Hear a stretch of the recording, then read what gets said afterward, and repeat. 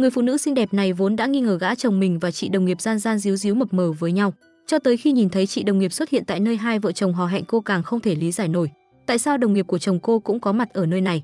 Ngồi ở đại sảnh một lúc lâu mà vẫn không thể bình tĩnh, cô gái quyết định lên tận phòng làm rõ mọi chuyện cho yên sở tâm. Đứng trước cửa phòng, cô gái không ngừng đấu tranh tâm lý. Cô rất muốn tin tưởng người chồng đầu ấp tay gối với mình, nhưng cô cũng sợ chồng cô và chị đồng nghiệp có mối quan hệ sai trái đó. Khi cô mở cánh cửa phòng, đập vào mắt cô là một nền đất trải đầy những cánh hoa hồng. Nhìn thấy cảnh tượng quá là xến này, trong lòng cô có chút hoang mang, sờ tay nhẹ. Bước thêm vài bước nữa, cô nghe thấy chồng mình và chị đồng nghiệp nói chuyện. Chồng cô liên tục từ chối không muốn làm nữa vì hôm nay đã làm rồi. Thế nhưng chị đồng nghiệp vẫn hối thúc ép anh phải làm vì chị cần gấp. Nhưng lời nói có phần nhạy cảm này khiến cô gái ngơ ngác, ngỡ ngàng và bật ngửa. Sự xuất hiện của cô cũng khiến hai người kinh ngạc không thôi. Hạnh phúc gia đình hai người có chắc bền lâu khi chồng bị vợ bắt quả tang tại trận như vậy. Anh chàng Do Hun này nhìn qua thì tưởng chỉ là một nhân viên văn phòng bình thường, nhìn gần mới thấy anh là một điệp viên đến từ Bình Dương. Không ai có thể ngờ Do Hun lại là một cao thủ đầu mưng mủ của cơ quan tình báo quốc gia. Sở thích của anh là chơi đùa với tử thần nên thường xuyên đứng giữa ranh giới của sự sống và cái chết. Cũng vì vậy mà anh có một trái tim sắt đá cùng sự gan dạ ít ai có được. Thế nhưng sâu trong Do Hun vẫn còn tồn tại những nỗi khiếp sợ ngầm. Sau khi tóm gọn một nhóm tội phạm truy nã, Do Hun bỗng lộ ra vẻ mặt hốt hoảng hơn bao giờ hết. Anh vội vàng quay sang hỏi đồng giờ mấy giờ rồi anh taxi à, anh taxi ơi. Sau khi nhận được câu trả lời, Do Hun mới biết bản thân đã lỡ hẹn với vợ yêu. Nhân dịp kỷ niệm 10 năm ngày cưới, hai vợ chồng đã hẹn cùng nhau đi du lịch. Do Hun tức tốc gọi điện thám thính từ con gái. Lúc này Do Hun mới biết vợ anh không hề đợi anh mà đã lên máy bay tới Thái Lan một mình. Chỉ như vậy thôi, Do Hun cũng cảm nhận được cơn cuồng phong vợ anh đang mang trong mình. Dĩ nhiên đây cũng không phải lần đầu tiên Do Hun bỏ bom vợ. Năm đầu tiên chung sống bên nhau, Do Hun đã mải mê làm nhiệm vụ mà quên mất sinh nhật vợ. Vì không muốn thân phận bị lộ tẩy, Do Hun chỉ có thể đổ hết trách nhiệm lên đầu Chun Ryun, cấp trên của anh. Khi đó Do Hun đã hứa nếu anh còn quên ngày kỷ niệm quan trọng nào nữa thì anh sẽ cạo trắng lông mày. Nghe chồng nói vậy, vợ anh cũng gượng cười cho qua. Nào ngờ chỉ một thời gian ngắn sau, Do Hun đã phải thực hiện lời hứa khi xưa. Một lần nữa anh lại mải mê với nhiệm vụ mà quên mất tiệc đầy năm của con gái yêu. Lần này Do Hun lại tiếp tục đổ dồn trách nhiệm lên vai Chun Ryun. Du Gia, vợ của Do Hun, đã phát ngán cái lý do vớ vẩn này của chồng mình. Cô cũng chẳng còn gì để nói với gã chồng này. Ai mà có ngờ năm sau Do Hun lại vô tình quên bén đi ngày sinh nhật của vợ. Trong cơn thịnh nộ, Du Gia trực tiếp đuổi chồng ra khỏi nhà. Sáng sớm ngày hôm sau, dưới sân chung cư bỗng xuất hiện một người đàn ông chạy khắp nơi. Lúc này Do Hun còn bế theo cháu gái, ông quậy đục nước khắp sân chung cư. Do Hun định kéo bố đi theo nhưng ông Uông Su đã vội vàng từ chối với lý do tuổi cao sức yếu. Anh đứng giữa sân chung cư nói lời đường mật với Du Gia, người đang đứng ngoài ban công. Kang Du Gia, em là người phụ nữ xinh đẹp nhất thế gian này. Trước tình thế xấu hổ như vậy, Du Gia lại một lần nữa cười trừ bỏ qua cho Do Hun. Nào ngờ tới ngày hôm nay, Do Hun to gan lớn mật lại dám quên luôn cả kỷ niệm 10 năm ngày cưới của hai vợ chồng. Lúc này Du Gia đã thất vọng đến vô cùng. Cô quyết định một mình tới Thái Lan nghỉ dưỡng cho sướng cái thân. Có lẽ do trái tim Du Gia đã nguội lạnh, hoặc có thể là do cô có sức chịu đựng hơn người. Thế nên dù cho máy bay không ngừng lắc qua lắc lại thì Du Gia vẫn bình tĩnh ngồi đọc báo như không có chuyện gì xảy ra. Cô không hề mảy may lo lắng rằng chuyện ngoài ý muốn sẽ xảy ra. Lúc này Do Hun đang ở sân bay chờ cô vợ dấu yêu. Anh không ngừng xin lời khuyên từ bạn bè, làm thế nào để dỗ vợ hết giận nhanh nhất có thể. Sau khi nhận được câu trả lời, Do Hun bỗng tự tin hơn bao giờ hết. Chỉ cần dựa vào vẻ đẹp trai này thôi, vợ anh đã tha thứ cho anh rồi. Do Hun vừa giơ điện thoại lên ngắm nhìn cái vẻ mặt đẹp mê người của mình thì người vợ anh vừa yêu vừa sợ xuất hiện phía sau. Do Hun vội vàng cất điện thoại rồi tặng vợ bó hoa tươi thắm anh đã chuẩn bị trước. Thế nhưng Du Gia vẫn chưa hề hết giận. Dù hai vợ chồng đã ngồi trên xe nhưng cơn thịnh nộ của Du Gia vẫn chưa nguôi ngoai. Du Gia bắt đầu dò la tình hình công việc của chồng. Cô muốn gặp Chun Ryun, vị cấp trên Do Hun thường xuyên nhắc đến, người đã phá hoại hạnh phúc của gia đình cô. Thế nhưng thay vì đồng ý thì Do Hun tìm đủ loại lý do để từ chối. Anh mong Du Gia có thể bỏ qua cho anh nốt lần này. Do Hun làm như vậy vì sợ thân phận điệp viên của mình sẽ bị lộ. Thấy chồng cứ quanh co chối tội, Du Gia tức cái mình bắt anh dừng xe giữa đường. Cô sẽ tự mình đi bộ về nhà. Cô tin chắc chồng đang có chuyện giấu cô. Cô muốn biết vì sao mỗi khi nhà cô có việc người tên Chun Ryun kia lại đột nhiên xuất hiện. Cô muốn biết người đó miệng ngang mũi dọc như nào. Do Hun còn chưa kịp giải thích thì Du Gia đã để chồng đứng bơ vơ bên đường, còn mình thì phóng xe rời đi. Mãi tới khi gặp được Chun Ryun, Du Gia mới ngỡ ngàng ngơ ngác bật ngửa. Không ngờ cấp trên Do Hun hay nhắc tên người thường xuyên phá vỡ hạnh phúc gia đình cô lại là một người phụ nữ vô cùng khí chất. Do Hun cũng ngơ ngác khi thấy Chun Ryun đứng trước cửa nhà mình. Không phải cậu nhắn tin mời tôi tới sao? Hóa ra khi nãy Du Gia đã dùng điện thoại của chồng nhắn tin mời Chun Ryun tới chơi nhà. Cô thật sự rất muốn gặp Chun Ryun. Đúng lúc này một anh shipper mặt mũi kín mít bỗng từ đâu xuất hiện.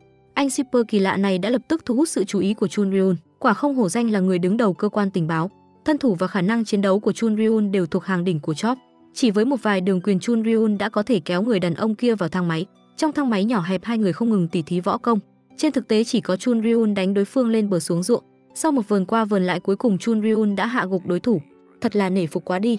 Khi Do Hun đến, tên sát thủ đã nằm bài bại dưới đất. Chun Ryun lệnh cho Jo-hun xử lý sạch sẽ cái xác.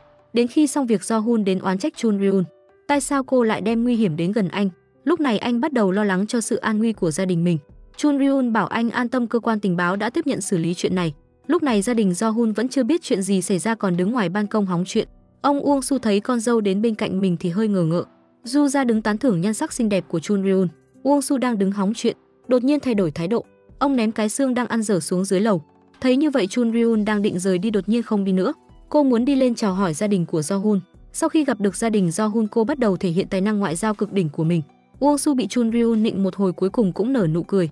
Anh con trai út càng kém hơn, chỉ nghe vài lời ngon ngọt đã bị hạ gục. Lúc này Du Gia mới nhận ra hình như cô đã dẫn sói vào nhà rồi. Điều khiến cho cô cảm thấy bị đe dọa hơn là trước khi đến thăm nhà, Chun Ryun đã nắm được hết sở thích của những thành viên trong gia đình từ già đến trẻ con. Chun Ryun mang đến cho họ món quà mà họ thích nhất. Tất cả các thành viên trong gia đình đều nở nụ cười hài lòng. Nhưng đến khi Du Gia ho nhẹ vài tiếng, mọi người lập tức bỏ món quà trong tay xuống. Du Gia bắt đầu nói cho Chun Ryun nghe những điều cô cảm thấy bất mãn với Chun Ryun. Do bận việc của công ty nên Jo-hun đã bỏ lỡ rất nhiều khoảnh khắc quan trọng cùng với gia đình. Lời này khiến ông Uông Su và em trai của Jo-hun vô cùng đồng cảm. Nhưng Chun Ryun rất nhanh đã có thể dựa vào năng lực của mình để hóa giải hoàn cảnh khó xử này. Cô nói đều là lỗi của cô, do cô không có năng lực mới khiến chuyện như vậy xảy ra. Cả Du Gia và Jo-hun đều bị màn biểu diễn của Chun Ryun thuyết phục. Lúc này suy nghĩ trong lòng của Du Gia là cô đã gặp phải đối thủ mạnh, còn Jo-hun trong lòng vui như mở hội. Chỉ có điều Du Gia cũng không chịu thua. Cô bắt đầu thể hiện khả năng biểu diễn đỉnh cao bị giấu giếm bao lâu nay của mình. Cô vừa véo đùi Jo-hun vừa nói với gia đình rằng tất cả những chuyện đó đều là lỗi của cô. Màn biểu diễn chân thành và đầy cảm xúc của Du Gia khiến Chun Ryun thua tâm phục khẩu phục. Uông Su lập tức bỏ quà của Chun Ryun xuống. Ông cảm thấy mình không xứng dùng nó. Em trai Jo-hun cũng ném máy chơi game sang một bên thừa nhận lỗi lầm của mình. Như vậy vẫn chưa hết, Du Gia diễn vẫn chưa đã. Cô bắt đầu khóc nấc lên. Thấy cảnh này, em chồng của Du Gia nói ra lời mọi người nghĩ trong lòng. Chun Ryun vừa mới đến, bầu không khí trong gia đình bỗng kỳ lạ quá. Thấy mọi chuyện dần vượt qua khỏi tầm kiểm soát, ông Uông Su nhắc nhở mọi người rót rượu chúc mừng. Du Gia và Chun Ryun nhìn nhau một cái. Họ cảm nhận được sát khí và cảm giác kỳ phùng địch thủ. Rất nhanh cảm giác đó đã kết thúc vì một bài hát. Đến khi hai vợ chồng tiễn Chun Ryun về, Jo-hun bắt đầu lo lắng cho số phận của mình. Đến tối, hai vợ chồng chuẩn bị cùng nhau tập thể dục, đột nhiên bị cô con gái phá đám. Hóa ra lúc nãy cô vừa tỏ tình bị từ chối nên cô muốn chạy đến hy vọng được bố mẹ an ủi. Jo-hun sao có thể can tâm nhìn chuyện tốt của mình bị phá hoại. Anh định dỗ con gái ngủ xong hai người sẽ tiếp tục. Nào ngờ cô bé thất tình một mực đòi ngủ với bố mẹ để trách móc cậu bé kia là đồ xấu xa. Dường như câu nói này đã nhận được sự đồng tình rất lớn. Sáng ngày hôm sau, hai vợ chồng đưa con đến trường. Jo-hun vẫn tơ tưởng đến chuyện tối qua tập thể dục không thành. Anh nói với Du Gia rằng anh đã gọi bố chiều nay đến đón cháu gái tan học. Tối nay hai người có thể hoàn thành bài tập thể dục được rồi. Du Gia từ chối bởi vì cô không muốn làm chuyện đó giống như đang thực hiện nhiệm vụ. Nghe thấy vậy, Jo-hun vô cùng hoảng hốt. Anh một mực nói tối hôm nay họ nhất định phải làm cho xong chuyện đó. Bất cứ ai cũng không thể ngăn cản anh. Những người xung quanh vừa nghe đã biết Jo-hun đang nhắc đến chuyện gì, nhưng anh không hề quan tâm đến ánh mắt của người khác. Cứ tưởng vợ nghi ngờ năng lực của mình, anh bèn nằm xuống chống đẩy để chứng minh rằng anh vô cùng khỏe mạnh. Du Gia bị hành động ngốc nghếch của chồng mình làm cho xấu hổ muốn chui xuống đất, nhưng chờ tới khi cô phản ứng kịp thì chồng cô đã sắp xếp xong các hoạt động của hai người họ vào tối hôm nay rồi. Anh còn hẹn hôm nay sau khi tan làm sẽ tiếp tục làm nốt chuyện tối qua. Du Gia mơ mơ màng màng đồng ý yêu cầu của chồng. Đợi đến khi anh rời đi, cô xấu hổ lấy tay che mặt lại. Jo-hun sau khi đến công ty liền nhận được hồ sơ của mục tiêu tiếp theo, đó là kẻ cầm đầu đường dây lừa đảo. Rất nhanh Jo-hun đã thay một bộ đồ khác và đến sân bóng mà mục tiêu hay lui tới, đồng thời xác nhận dáng vẻ của hắn. Sau khi nghe lén được lịch trình tiếp theo của đối phương, anh liên tục bám theo hắn ta, cho đến khi nằm lòng những hành động của mục tiêu mới phát hiện sắc trời đã tối. Anh còn có chuyện quan trọng hơn nữa phải làm. Jo-hun hào hứng chạy đến quán cà phê. Sau khi giúp đỡ Du Gia dọn dẹp phòng xong, anh vội vàng bế cô lên muốn nhanh chóng hoàn thành chuyện tối qua. Nhưng khi anh vừa bế vợ vào trong nhà thì thấy cả nhà đang tụ họp đông đủ ở phòng khách xem TV. Hóa ra nhà ông nội mất điện, nhà em trai TV bị hư nên mọi người tụ tập đến đây xem cúp thế giới. Con gái Jo-hun vô cùng vui vẻ yêu cầu tối nay cả nhà ngủ chung với nhau. Hai người vô cùng bất lực nhưng không thể làm gì khác. Cứ như vậy hai con người đang đói khát phải nhịn suốt một buổi tối. Jo-hun không chịu nổi nữa nhắn tin cho Du Gia. Hai người quyết định ngày mai sẽ ra ngoài thuê khách sạn. Như vậy sẽ không còn ai có thể làm phiền họ nữa. Hôm sau, trước khi Jo-hun tập thể dục với vợ, anh còn tiện thể thực hiện nhiệm vụ mà cấp trên giao phó. Anh lắp xong súng bắn tỉa và đục một lỗ trên cửa kính. Cùng lúc đó, Du Gia đến khách sạn trước giờ hẹn. Cô gửi tin nhắn cho Jo-hun nhưng không thấy chồng mình trả lời. Khi đến thang máy của khách sạn, trùng hợp thế nào cô lại nhìn thấy Chun Ryun đang thực hiện nhiệm vụ. Chuyện này khiến Du Gia vô cùng bất ngờ. Cô không biết tại sao Chun Ryun lại xuất hiện tại nơi hẹn hò của hai vợ chồng cô. Một bên khác, Jo-hun đã chuẩn bị xong xuôi mọi thứ. Kính viễn vọng trên súng bắn tỉa đã nhắm chuẩn vào mục tiêu của nhiệm vụ lần này. Người này chính là kẻ cầm đầu đường dây lừa đảo. Khi tay anh bóp có viên đạn đi xuyên qua cái lỗ trên cửa kính và xé rách bầu trời đêm. Sau một tiếng nổ nho nhỏ, viên đạn bắn trúng vào đầu của mục tiêu. Do-hun vừa thở phào nhẹ nhõm thì nghe thấy tiếng bước chân bên ngoài cửa phòng. Tâm tình của anh mới bình tĩnh lại giờ đã căng thẳng như trước. Anh cứ tưởng là vợ mình đến bèn vội vàng giải cánh hoa hồng lên giường và nền nhà. Giờ chỉ cần vợ anh đến là có thể tập thể dục rồi. Do-hun hào hứng đi ra mở cửa, bỗng phát hiện người đến không phải là Ju-ra mà là Chun Ryun. Chuyện này không chỉ khiến Do-hun cảm thấy xấu hổ còn cảm thấy rất hoang đường. Đúng là cô rất biết chọn thời gian bàn công việc. Lúc này Do-hun vô cùng lo lắng sự xuất hiện của Chun Ryun sẽ khiến vợ mình hiểu lầm. Quả đúng như những gì Do-hun dự đoán, Ju-ra đã xuất hiện bắt quả tang tại trận. Thế nhưng mọi chuyện không như cô nghĩ. Hóa ra là vì có nhiệm vụ khẩn cấp nên Chun Ryun mới vội vàng chạy đến đây. Mà lúc này cho dù Do-hun có giải thích thế nào, Ju-ra cũng không sao chấp nhận nổi. Cô chỉ tin vào những gì mình tận mắt chứng kiến. Sau đó cô mời Chun Ryun ra ngoài uống một ly. Kết quả sau khi uống hết vài ly rượu, cả hai đều không nói một lời nào. Bọn họ đều đang đợi đối phương lên tiếng. Cuối cùng Chun Ryun không nhịn nổi nữa, bảo Ju-ra muốn nói gì cứ nói thẳng đi. Nào ngờ khi Chun Ryun vừa nhắc đến Do-hun đã bị Ju-ra hắt thẳng một ly rượu vào mặt. Chun Ryun muốn hắt ngược lại nhưng kịp thời nhịn được. Chun Ryun muốn xem tiếp theo Ju-ra muốn làm gì. Dù sao thế này cũng thoải mái hơn chuyện cả hai đều giữ im lặng. Ju-ra bảo Chun Ryun đưa Do-hun đi. Do-hun bị vợ bán rồi vẫn không biết. Lúc này anh ở trên phòng khách sạn muốn phát điên. Chun Ryun nghe hiểu ý của Ju-ra có chút vừa tức vừa buồn cười. Cô thẳng thắn nói mình không thích loại người như Do-hun. Hai người chỉ là đồng nghiệp làm việc với nhau hơn 10 năm. Cô coi Do-hun như em trai của mình. Còn Ju-ra có tin hay không liên quan đến cô. Nghe thấy lời giải thích của đối phương, Ju-ra thở phào nhẹ nhõm. Nhưng lúc này cô lại có chút xấu hổ. Cô chỉ đành trách móc rằng Chun Ryun làm quá nhiều thứ cho người nhà của Do-hun, vậy nên mới khiến cô hiểu lầm. Cứ như vậy sau khi hai người nói chuyện thoải mái với nhau, họ lại uống thêm vài ly rượu nữa, cuối cùng còn nắm tay giải hòa. Mà lúc này Do-hun không khác gì kiến bò trong chảo nóng. Anh sốt ruột liên tục gọi điện thoại cho Chun Ryun. Anh còn hy vọng Chun Ryun có thể giải thích rõ cho Ju-ra hiểu. May mà cuối cùng Chun Ryun cũng nghe điện thoại. Chun Ryun say rượu nói hai vợ chồng Do-hun đúng là trời sinh một cặp, hình như tất cả các phương diện đều giống y như nhau. Cuộc trò chuyện của hai người bị Ju-ra nghe thấy. Cô nhẹ nhàng nở một nụ cười. Lúc này cô đã vô cùng chắc chắn chồng mình và Chun Ryun không có quan hệ yêu đương nam nữ. Ju-ra hoàn toàn yên tâm. Cuối cùng cô ngã xuống đùi của Chun Ryun. Ngày hôm sau Ju-ra xem nhật ký trên điện thoại thì biết cô đã qua thời kỳ rụng trứng. Cô vẫn chưa quên kế hoạch sinh đứa thứ hai của hai người. Đúng lúc này Do-hun đưa con ra ngoài. Anh nhìn thấy vợ là bắt đầu cẩn thận từng ly từng tí, bởi vì anh vẫn chưa biết tối qua Ju-ra và Chun Ryun đã nói gì với nhau. Vốn dĩ Ju-ra đang định giải thích thì bị con gái gọi. Đợi sau khi Do-hun đi làm, cô lấy từ trong tủ lạnh ra một hộp bánh kem. Đây chính là chiếc bánh hôm qua chồng cô tận tâm chuẩn bị. Sau khi suy nghĩ một hồi lâu, cô gọi điện thoại cho chồng. Mà một bên khác thấy điện thoại của vợ, Do-hun bỗng cảm thấy căng thẳng. Vừa nghe điện thoại đã tỏ vẻ đáng thương. Kết quả vợ anh gọi điện thoại đến không phải là để gây chuyện với anh mà là muốn làm lành. Cô nói tối nay có thể tiếp tục kế hoạch tạo người. Nghe thấy vậy Do-hun lập tức hào hứng hẳn lên. Nếu không phải lúc này nhiệm vụ của anh rất quan trọng, anh đã chạy thẳng về lao vào vòng tay của vợ rồi. Khi Do-hun tắt điện thoại đi cũng là lúc một vị cha xứ dẫn theo đám trẻ vào trong nhà hàng. Người này chính là mục tiêu trong nhiệm vụ mới mà Chun Ryun giao cho anh. Hắn là một thành viên trong tổ chức buôn bán trẻ em. Đợi sau khi Do-hun xác định được thân phận của đối phương, anh vội vàng chạy về nhà.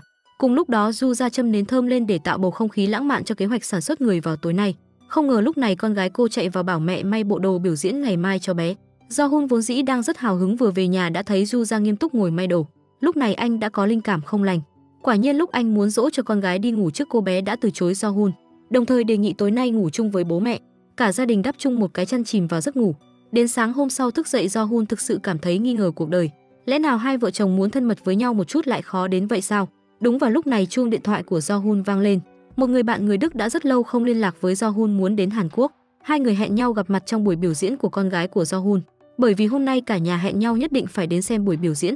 Có điều trước lúc đó Do-hun phải hoàn thành nhiệm vụ cấp trên giao phó. Nhưng lúc này anh bắt đầu có chút nghi ngờ tin tình báo mà cấp trên cung cấp. Sau vài ngày điều tra, anh phát hiện ra cha xứ kia đã rửa tay gác kiếm vài năm trước rồi. Rất có thể ông ta không tham gia đường dây mua bán trẻ em.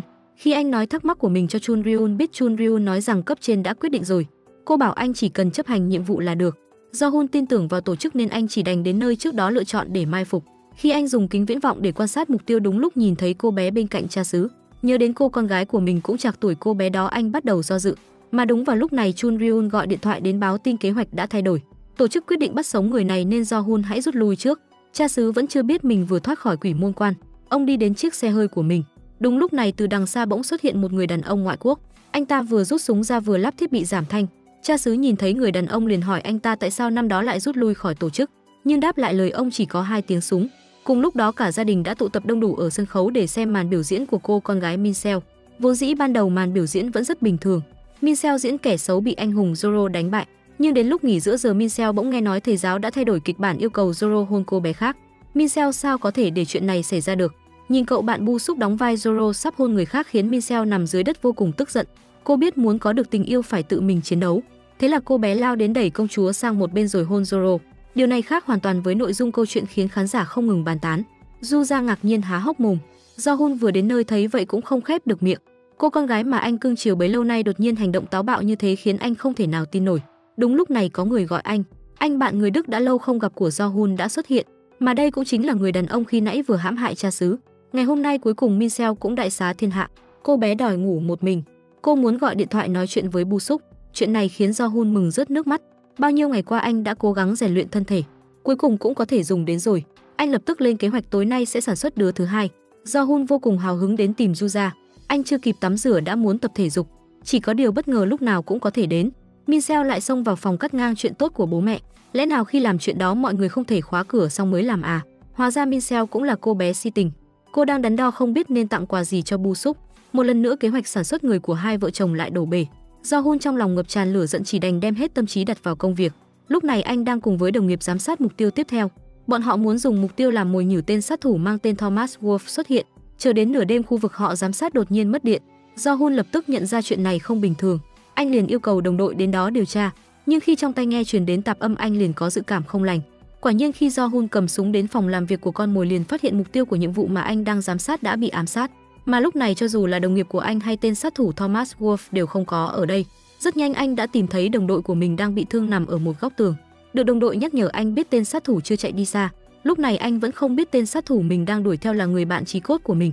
Trong lúc hai người đều không biết dáng vẻ của đối phương, hai anh em phải liều mạng để đấu với nhau. May mà khi Do-hun ngó người ra ngoài thì anh bạn người Đức của anh đã chạy mất rồi. Một bên khác khi Chun Ryun xem lại video cấp dưới ghi lại, cô phát hiện có một góc quay dáng vẻ của tên sát thủ. Do hình ảnh quá mờ ảo nên cô lập tức phái nhân viên y tế tiến hành khôi phục khuôn mặt đối phương. Ngày hôm sau Do-hun vẫn chưa hay biết gì. Anh ở nhà chuẩn bị tiệc để tiếp đón người bạn tốt từ Đức đến chơi nhà. Sợ bị bạn phát hiện thân phận thật sự của mình, anh còn dặn dò vợ đừng kể bất cứ thứ gì liên quan đến gia đình mình. Đúng vào lúc này tiếng chuông cửa vang lên. Anh bạn người Đức đã đến. Hai anh em lâu ngày không gặp uống rất nhiều rượu. Sau khi uống xong còn chơi vật tay với nhau. Trước kia anh bạn Wolf từng cứu mạng Do-hun nên cũng được coi là ân nhân cứu mạng anh. Do-hun vui vẻ định rót thêm cho bạn mình một ly rượu nữa. Không ngờ anh bất cẩn để rượu đổ hết lên người Wolf. Do-hun vội vàng chạy đi lấy áo sơ mi mới cho bạn mình thay. Cùng lúc đó Chun Ryun nhận được hình của tên sát thủ được bộ phận y tế gửi đến. Người trong hình chính là Wolf, bạn thân của Do-hun. Chỉ có điều Chun Ryun không biết chuyện này. Lúc này cô đang gọi điện thoại thông báo cho Do-hun biết tin. Wolf không biết rằng thân phận của mình sắp bị lộ. Anh ta đưa chiếc điện thoại đang rung cho Do-hun. Khi Do-hun cầm lấy điện thoại, Chun Ryun nói với anh đã tìm thấy sát thủ Thomas. Nhưng khi thấy hình Do-hun liền ngơ ngác. Cơ thể anh giống như vừa bị sét đánh, không thể nào động đậy được. Đợi đến khi bình tĩnh lại, anh nhìn sang bên cạnh thì thấy bạn thân mình đang chơi đùa với Michelle. Liên kết cảnh tượng này với hình ảnh của sát thủ khiến anh thấy chuyện này không chân thực. Đợi sau khi dùng bữa xong tiễn Wolf về, anh hít một hơi thật sâu. Do-hun lấy điện thoại ra tìm số điện thoại của Chun Ryun. Anh vốn định nói cho cô biết nhưng cuối cùng anh vẫn từ bỏ. Anh quyết định đích thân điều tra người bạn cũ. Hôm sau Chun Ryun gọi điện thoại cho Do-hun. Họ đã tìm được thân phận thật sự của Wolf. Anh ta từng là thành viên trong đội lính đặc chủng của Đức. Ngày mai anh ta sẽ rời khỏi Hàn Quốc. Cục tình báo muốn tiến hành bắt người trước khi anh ta về nước. Nhưng trước khi hành động, Do-hun vẫn muốn thăm dò người bạn cũ. Wolf vẫn chưa biết gì về chuyện này. Anh ta ngồi trong ghế công viên không biết đang đợi ai. Lúc này tiếng chuông điện thoại của anh ta vang lên. Người gọi đến chính là Do-hun. Nhưng Wolf chưa kịp nghe hết lời của Do-hun đã bị ăn một viên kẹo đồng. Điều khiến tất cả mọi người không thể nào ngờ đến là người hãm hại Wolf lại chính là Juza, vợ của Do-hun. Không ngờ một người là mẹ hiền dâu thảo trong mắt tất cả mọi người, là người vợ nhỏ bé yếu ớt cần bảo vệ trong mắt chồng, nhưng đằng sau lại là sát thủ trong tổ chức MGD. Hóa ra đây là một vụ án do chiếc đèn bàn gây ra. Chiếc đèn này là món quà Wolf mang đến tặng cho gia đình Do-hun. Nghe Wolf giải thích khi tắt đèn thì trên mặt sẽ hiện lên một dòng chữ. Ý nghĩa của nó là cảnh cáo sự nguy hiểm đang rình rập con cá mập. Chuyện này khiến Juza nhớ lại những ký ức không hay trước kia. Cô ngoái đầu lại nhìn chồng mình đang chơi đùa với con. Đợi đến khi cô quay đầu lại, Wolf đầy ẩn ý tắt đèn bàn đi. Cô biết đây chính là lời cảnh cáo của người đồng đội cũ dành cho cô. Rất có thể Wolf là do người đó phái đến. Thân phận sát thủ của cô đã bị lộ. Sau đó khi Wolf thay đồ hình xăm ký hiệu của tổ chức trước kia khiến cô xác định được những suy đoán của mình là thật. Ngày hôm sau khi đã nghĩ thông suốt chuyện này, cô cầm món hàng nóng đã lâu không động đến đi tìm người. Juza không muốn tổ chức đến quấy rối mình nên cô cũng trả lại đối phương bằng một lời cảnh báo. Nhưng khi quay về ngành nghề cũ, trong lòng Juza không hề cảm thấy dễ chịu chút nào. Cô đã quen với cuộc sống êm đềm như hiện tại. May mà tiếng gọi của hàng xóm khiến cô tạm thời quên đi nỗi ưu phiền, khiến cô quay trở lại với vai diễn một người vợ một người mẹ. Cùng lúc đó Chun Ryun ở bệnh viện nhìn thấy xác của Wolf, nhưng khi cô cúi đầu nhìn xuống xương cổ liền bất ngờ nhìn thấy viên đạn. Cô đã nghĩ ra sát thủ là ai, nào ngờ sát thủ mang biệt hiệu Bullet vẫn còn sống. Chun Ryun đi ra ngoài trùng hợp gặp Jo-hun đến đây điều tra. Jo-hun hỏi kẻ tình nghi là ai, nhưng Chun Ryun đã đoán ra được hung thủ lại không nói cho anh biết, chỉ bảo anh về nhà nghỉ ngơi. Jo-hun ở trong nhà xác nhìn thấy bạn thân của mình trong lòng rất khó chịu. Mặc dù anh không biết bạn mình gia nhập tổ chức sát thủ khi nào, nhưng dù sao đây cũng từng là ân nhân cứu mạng của anh. Về đến xe anh nhắn đồng nghiệp gửi cho mình tất cả tài liệu về Wolf. Jo-hun quyết định phải điều tra thật kỹ chuyện này. Nhưng sáng hôm sau khi Jo-hun đến lấy tài liệu liền nhận được mục tiêu của nhiệm vụ tiếp theo. Jo-hun vô cùng tức giận đến gặp đồng nghiệp Jong-ji. Anh hỏi cô đây có phải là ý của Chun Ryun không? Biểu cảm của Jong-ji đã trả lời hết mọi thứ. Anh biết đây là Chun Ryun không muốn anh nhúng tay vào chuyện này.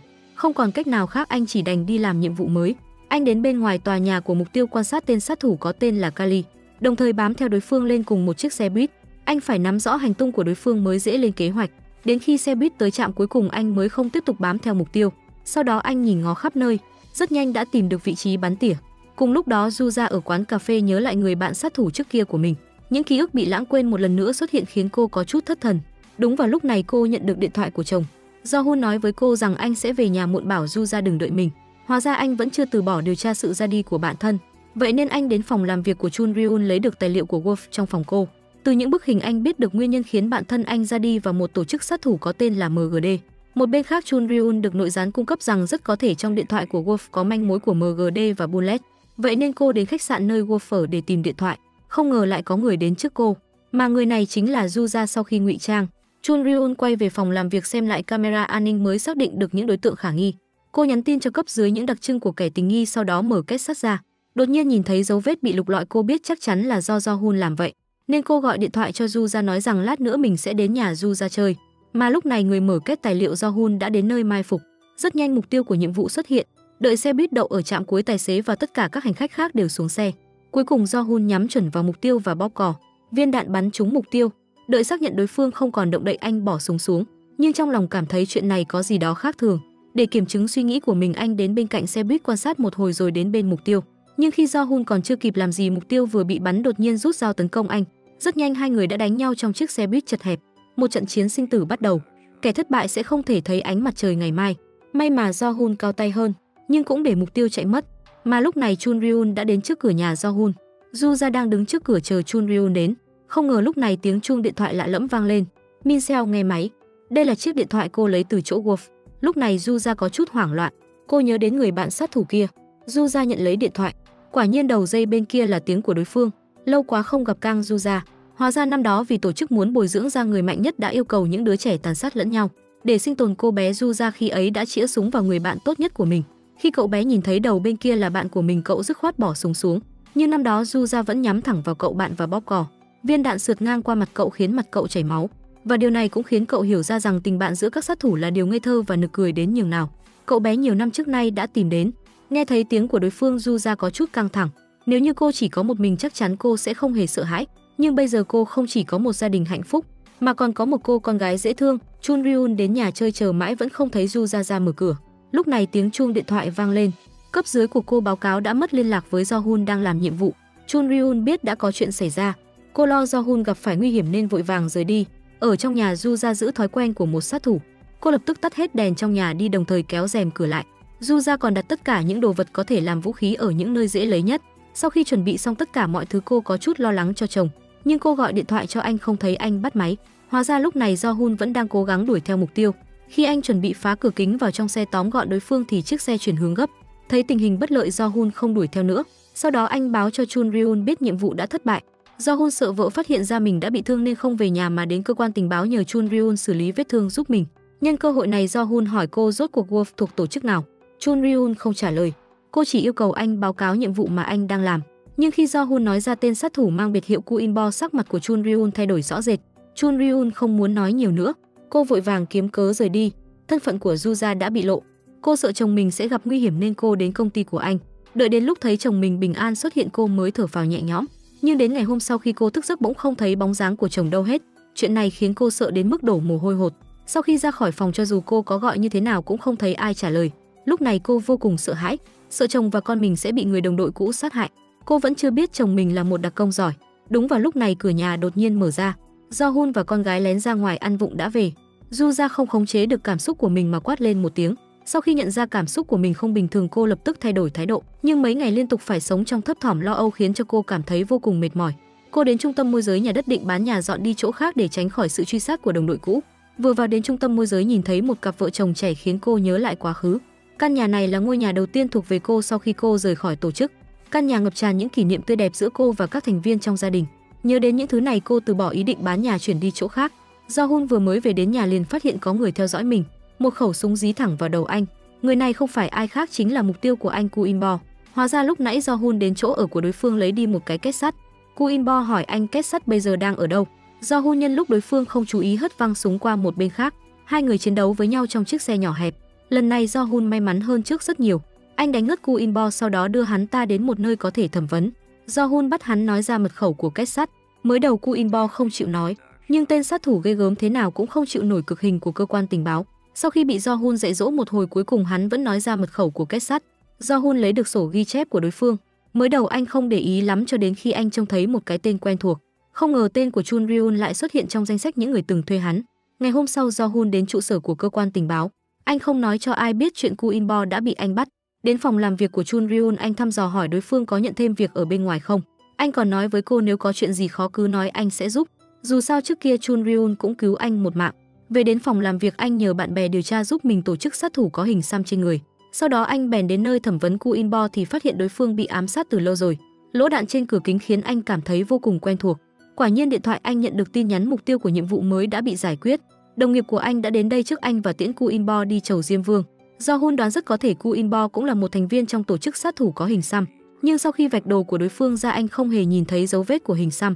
Chuyện này khiến anh không thể hiểu nổi. Tại sao Chun Ryun lại muốn giết người này diệt khẩu? Mà lúc này Ju-ra ở trước cửa nhà mình gặp được người đàn ông mà cô không muốn gặp nhất. Anh ta chính là Tae-gu, người bạn sát thủ hồi nhỏ bị cô bắn trúng. Tae-gu là đồng đội của Ju-ra khi cô còn là thành viên của tổ chức sát thủ. Hồi nhỏ cô đã từng chứng kiến bộ dạng lạnh lùng khát máu của đối phương, mà cảnh tượng êm đềm hạnh phúc của cô lúc này khiến anh rất gai mắt. Vào lúc Tae-gu đang đến gần Ju-ra thì Do-hun đi thang máy đến. Đúng lúc nhìn thấy cảnh tượng có chút căng thẳng này, anh tưởng rằng giữa hai người có mối quan hệ mập mờ nào đó nên tức giận ấn Tae-gu vào tường. Do-hun hỏi Tae-gu rốt cuộc là ai. Sợ Do-hun gặp nguy hiểm trong lúc hoảng sợ, đầu Ju-ra nhanh chóng nảy số. Ju-ra nói Tae-gu là anh họ của cô. Bầu không khí có chút ngượng ngùng. Ju-ra giải thích anh họ của cô mới từ nước ngoài về. Tae-gu bất ngờ đến mức trợn tròn mắt. Do-hun thầm nghĩ thôi xong rồi, hiểu lầm to rồi. Nhưng khi về đến nhà, Ju-ra bỗng rút dao ra. Lúc nào cô cũng ở trong trạng thái chuẩn bị đâm cho Tae-gu vài phát.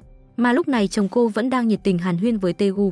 Đợi dỗ cho con gái ngủ say, Ju-ra cầm vũ khí đến trước cửa phòng của Tae-gu. Phát hiện cửa phòng đã khóa chặt, Ju-ra biết Tae-gu vẫn chưa ngủ. Cô cảnh cáo anh ta sáng sớm mai lập tức rời khỏi nhà của cô. Tae-gu đi ra ngoài cửa, đứng cách một cánh cửa nói chuyện với cô.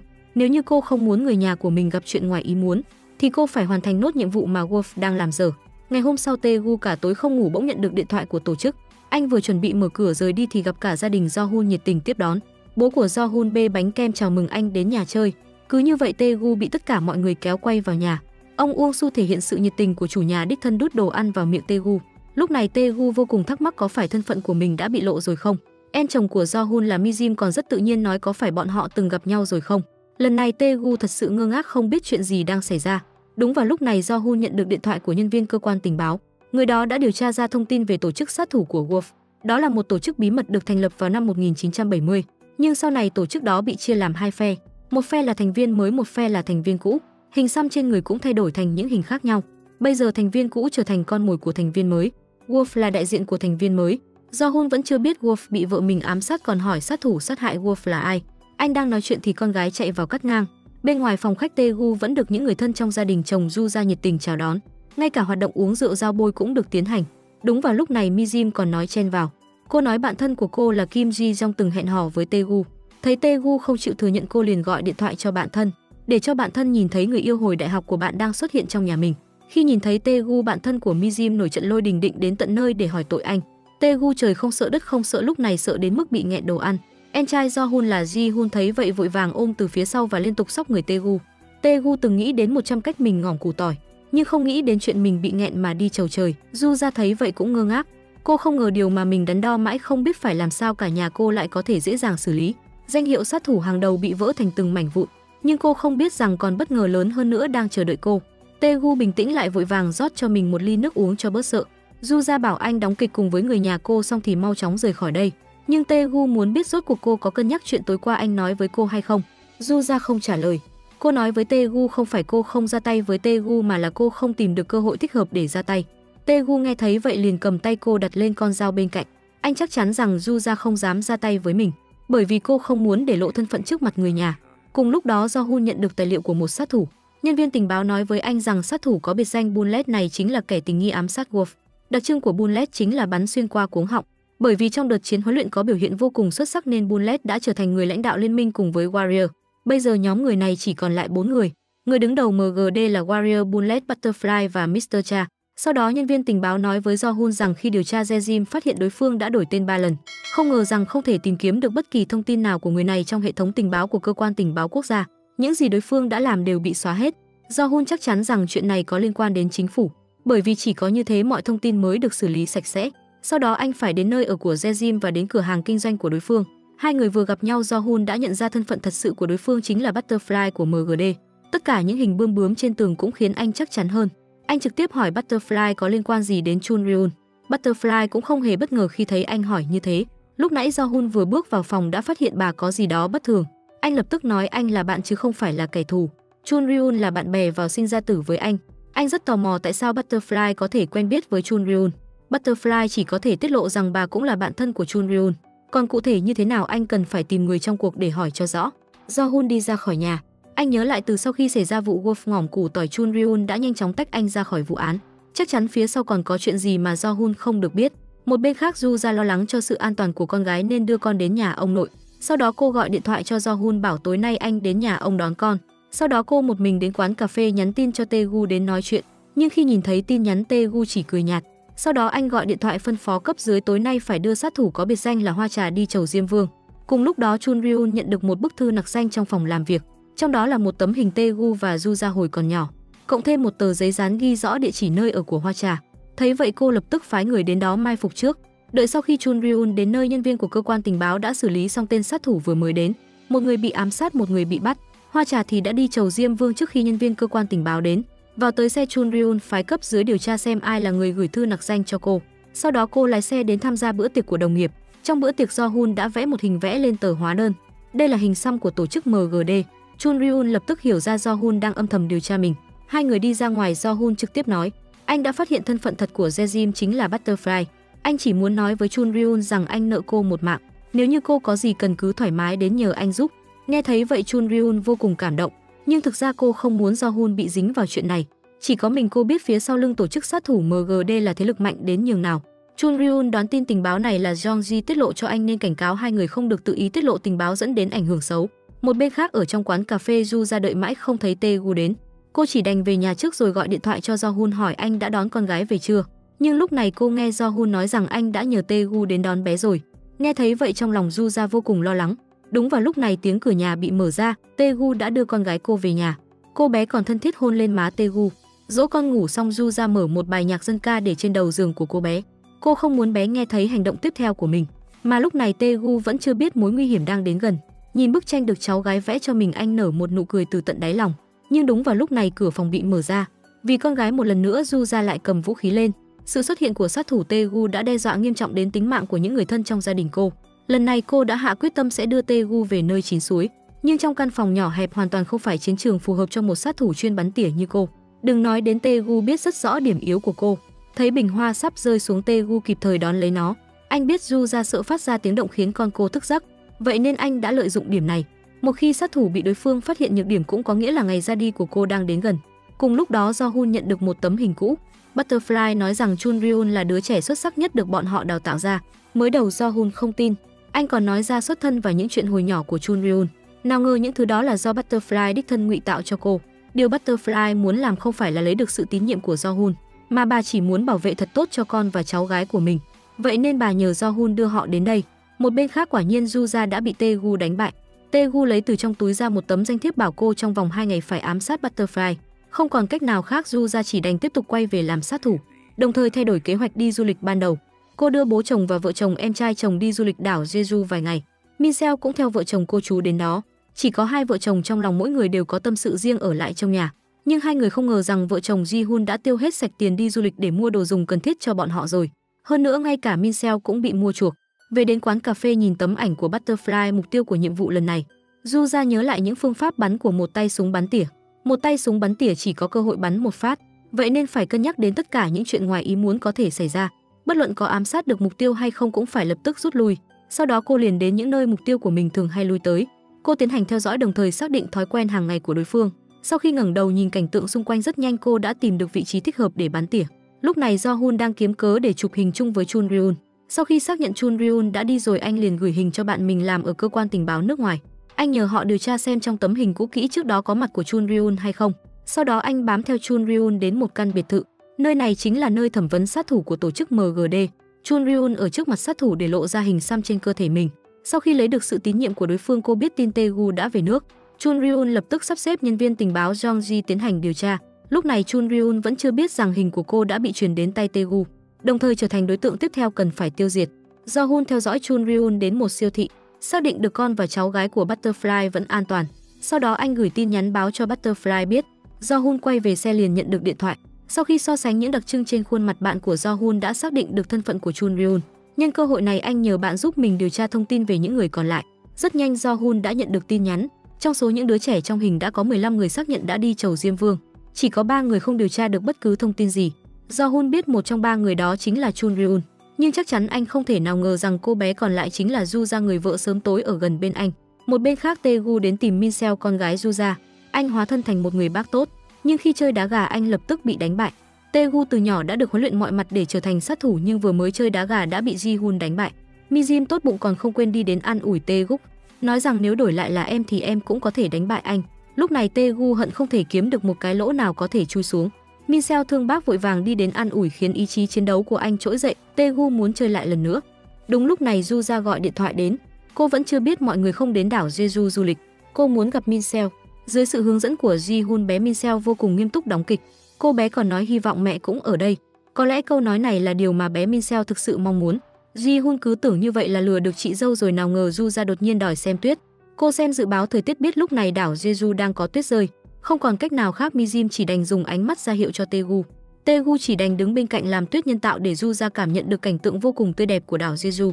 Biết rằng nếu nói tiếp sẽ bị lộ nên Ji-hun vội vàng tắt điện thoại đi. Mà lúc này Min Seo vô tình nhìn thấy ngón tay của bác bị thương. Cô bé lấy hộp thuốc gia đình đến. Min Seo cẩn thận lấy thuốc ra rồi bôi thuốc lên ngón tay bác. Bôi xong cô bé còn không quên thổi. Có lẽ trong tâm hồn bé nhỏ của mình, cô bé nghĩ rằng làm như vậy có thể khiến tay bác mau lành hơn. Tiếp đến cô bé còn lấy ra miếng băng dán cá nhân vô cùng dễ thương, cẩn thận băng bó cho bác của mình. Lúc này Taegu cho dù trái tim lạnh lùng đến nhường nào cũng xuất hiện một chút ấm áp. Cùng lúc đó Chun Ryun đã được nhân viên tình báo Jong Ji báo cáo rằng 5 ngày trước Taegu đã nhập cảnh vào Hàn Quốc. Hai người còn trùng hợp gặp nhau ở sân bay.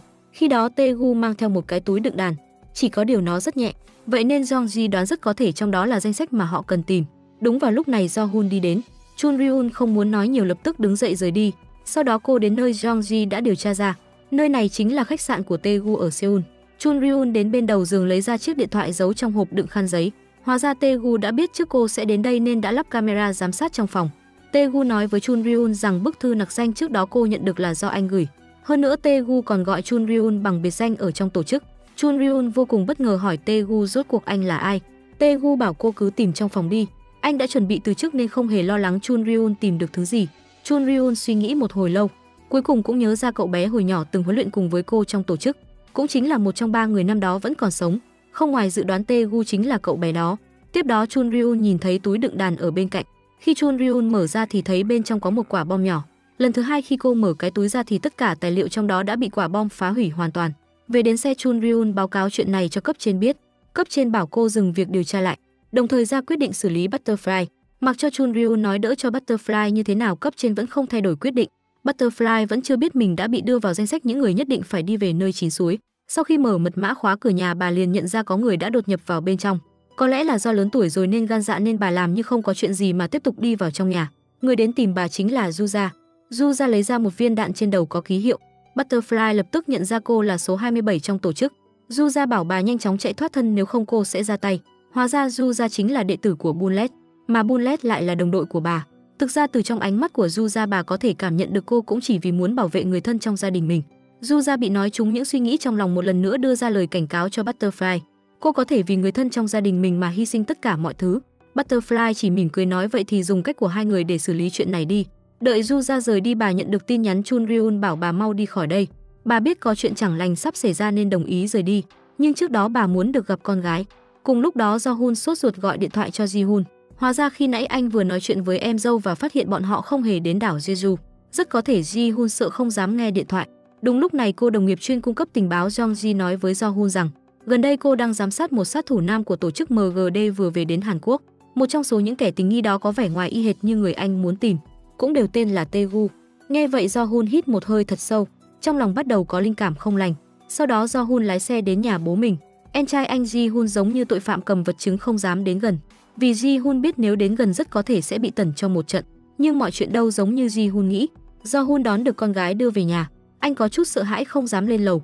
Cả hai bố con đều sợ con cọp cái ở nhà. Nhân cơ hội này Do-hun còn hỏi con gái hôm nay đã chơi những gì với bác Tae-gu. Min-seo kể ra hết những trò họ đã chơi cùng nhau, nhưng cô bé phát hiện bác Tae-gu có một nhược điểm rất lớn. Do-hun rất bất ngờ khi nghe con gái nói bác chẳng biết gì cả còn phải học nhiều. Nghe đến đây Do-hun mới thấy hành động của mình quá hoang đường. Anh lại thăm dò tình báo từ con gái mình. Bây giờ điều khiến anh lo lắng hơn cả là làm sao giải thích với vợ. Nhưng khi về đến nhà, Du Ra lại không hề có ý trách móc. Cô vừa mới từ chỗ Butterfly về nên muốn vui vẻ ở bên cạnh chồng và con gái. Đúng lúc này một tin nhắn gửi đến khiến sắc mặt Do-hun lập tức thay đổi. Nửa đêm khi mọi người chìm vào giấc ngủ, Du Ra nhẹ nhàng vuốt ve khuôn mặt của chồng mình. Cô rất sợ phải mất đi cuộc sống khó khăn lắm cô mới có được này. Sau đó cô còn đến phòng của con gái và hôn lên trán bé. Ngày hôm sau Chun Ryun đến chỗ ở của Butterfly đưa bà đi gặp con gái và cháu gái của mình. Trước khi xuống xe, Chun Ryun dặn bà phải bảo vệ tính mạng của mình, chờ điện thoại của cô. Có lẽ câu nói này khiến Butterfly cảm nhận được sự chân thành. Bà nói với Chun Ryun rằng người ám sát Wolf không phải là Bullet mà là đệ tử của ông ta 27. Chun Ryun cũng đột nhiên nhớ ra cô bé đó.